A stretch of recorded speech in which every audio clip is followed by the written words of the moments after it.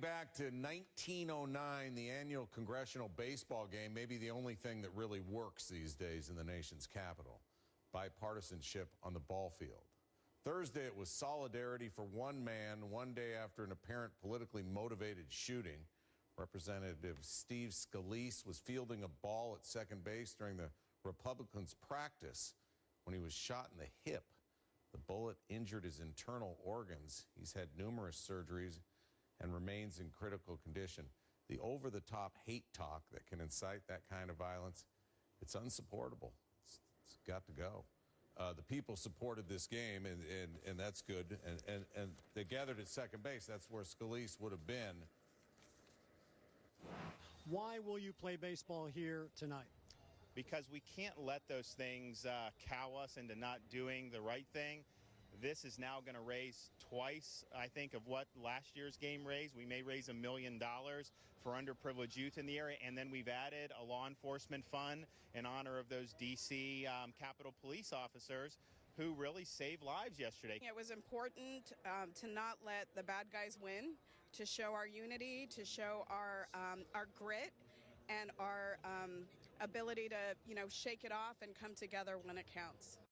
Yeah, there were 25,000 people in attendance. That's nearly that. That's more than 4 Major League games Thursday. This is Capitol Police Special Agent David Bailey, who they say saved lives with the work he did at that practice Wednesday morning. He's on crutches. He was injured in the attack. Throws out the first pitch. That's Roberto Clemente's son catching it. That's Joe Torre on the mound. That was quite the moment right there. A top play by David Bailey, obviously. Bailey rocking the NOLA Baby Cakes hat, too. There you go. See, Stan, good. Mark Walker, Republican North Carolina, grounds out to end the game. The Democrats are going to win it going away. But listen, the score was not the relevant thing. We just need to continue praying for Steve. I don't think he's out of the woods yet, Steve Scalise. We're wearing these LSU hats today in honor of him. And I just ask America to really pray for our friend and colleague. Yeah, there was the atmosphere in there was electric. Mark Schwarz joins us now. You're out of the park now, but you were in the park. And when you were in the park, what was that like?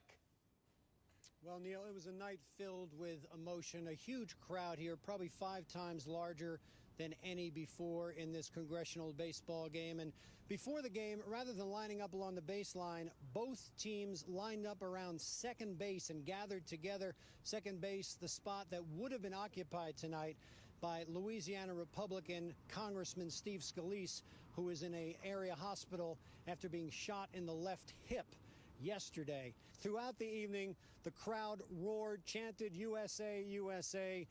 The game was 11-2 Democrats. It wasn't close, but there was nothing boring about tonight, Neil. All right, when somebody asks you what's your biggest takeaway from what you saw, what is it?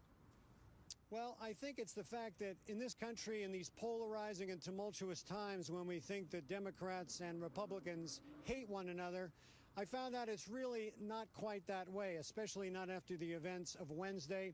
Representative Brendan Boyle, a Democrat from Philadelphia, told me he's never seen representatives running across the floor of the House to hug one another. He called it a season of real animosity in this country, compared it to the time leading up to the Civil War and to Vietnam. And he says maybe this moment, because of how everyone came together, will be a healing moment, not only for members of Congress, but for all Americans.